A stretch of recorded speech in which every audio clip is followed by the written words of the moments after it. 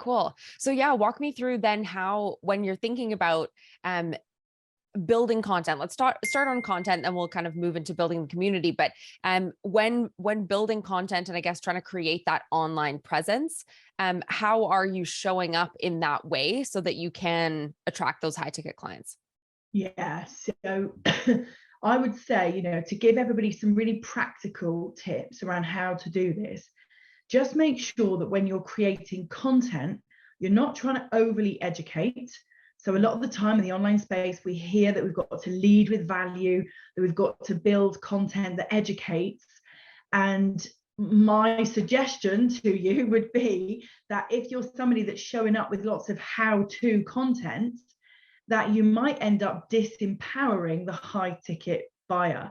So if you are constantly talking about how to do this and how to do that, rather than saying, I understand that you want this, and I understand that you want this really, really quickly, if you do too much how-to content, you end up disempowering. The other thing is, social proof. We've got to be sharing constantly and regularly that this outcome, the result, the outcome that they want has been achieved before. So we've got to show them not just what's possible, but show them that it's possible for them within the time frame that they want it. So, for example, if you are selling an online course that you've built to take 12 weeks, and actually you could get them the result in 3 weeks, they want to know that that process can be shortened, that they can get it in 3 weeks. They don't want fluff. They don't want BS. They just want to get to the result without any of the noise, any of the distraction. So, in terms of planning to show up and planning to create content, I would say, reduce the how to and dial up on the, I know you want this result. I've worked with Sarah. We achieved this. We did it in 3 weeks. Do you want that too? So it's a bit more direct. It's a bit more, a lot of the time these people are results driven, ambitious people. So, and they've got the disposable income to pay for the service. So there's nothing wrong with being direct with them. They like it that way. So drop the fluff and dial up on the direction, I would say. Cool. Give me a couple of examples of kind of posts that you've written in that context, because I kind of understand the framework, I understand the concept behind it, but I'd love to hear what that looks like in practice. Yeah. So for example, using maybe like an Instagram carousel, where you get a number of posts to use, you get up to 10 to use. So I would say make the front cover, rather than how you could build a 6-figure business, make it, do you want to build a 6-figure business in the next 30 days? And so that first slide is going to make them go, oh, that sounds certain.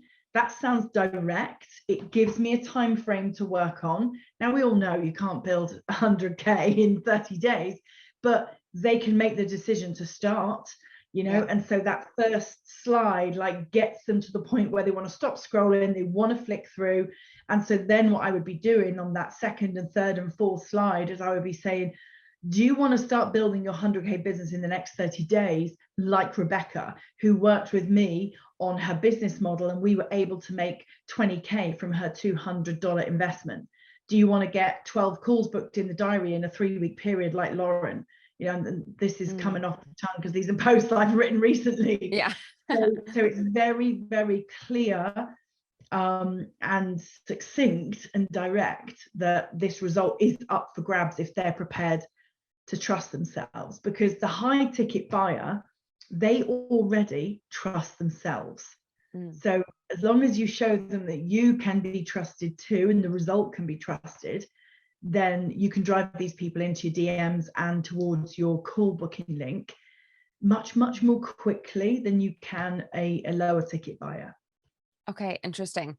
I'm always curious about when content is a big part of anybody's strategy. One of the things that I always hear, and then I can even say from my own experience, is that I always feel that it's tough to sort of fit in the content posting through the day, or kind of build that sort of content calendar, know what I'm going to post. And then I always end up going like, I'll plan 4 posts out and then I forget about it. And then I don't do it for a while. Yeah. So how do you map that out and stay consistent when content is so important? Well, I come from the train of thought that we don't need a niche. We don't need to try to box ourselves in, that what we really need is an offer that we are super excited to sell. And when you have that offer that you are really excited to sell, content becomes a lot easier, because the offer is your sort of top level thing to get clear on in your mind. So once you're clear on your offer, and you then ask yourself, well, what type of person would get the most value from that offer? That gives you your niche. And then when you understand exactly who that's for, then you can start to say, well, how are these people feeling right now? How would they feel when they've achieved the result that I'm promising through my offer? And therefore that dictates the content that you would then go off and create.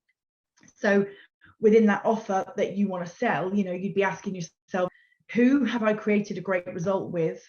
Whose story can I tell? What case studies can I share? How can I show up and really show this high ticket buyer that, the 3 S's are covered, that there is a speed of result, and I can clearly give them a case study to show that there is simplicity, because I'm not going to give them this drawn out, apply now, and then I'm going to book a call with you, and then I'm going to get you to do this. And they don't want all that. They just want to be told, book a call, let's get aligned, and if I like you, I'll buy from you.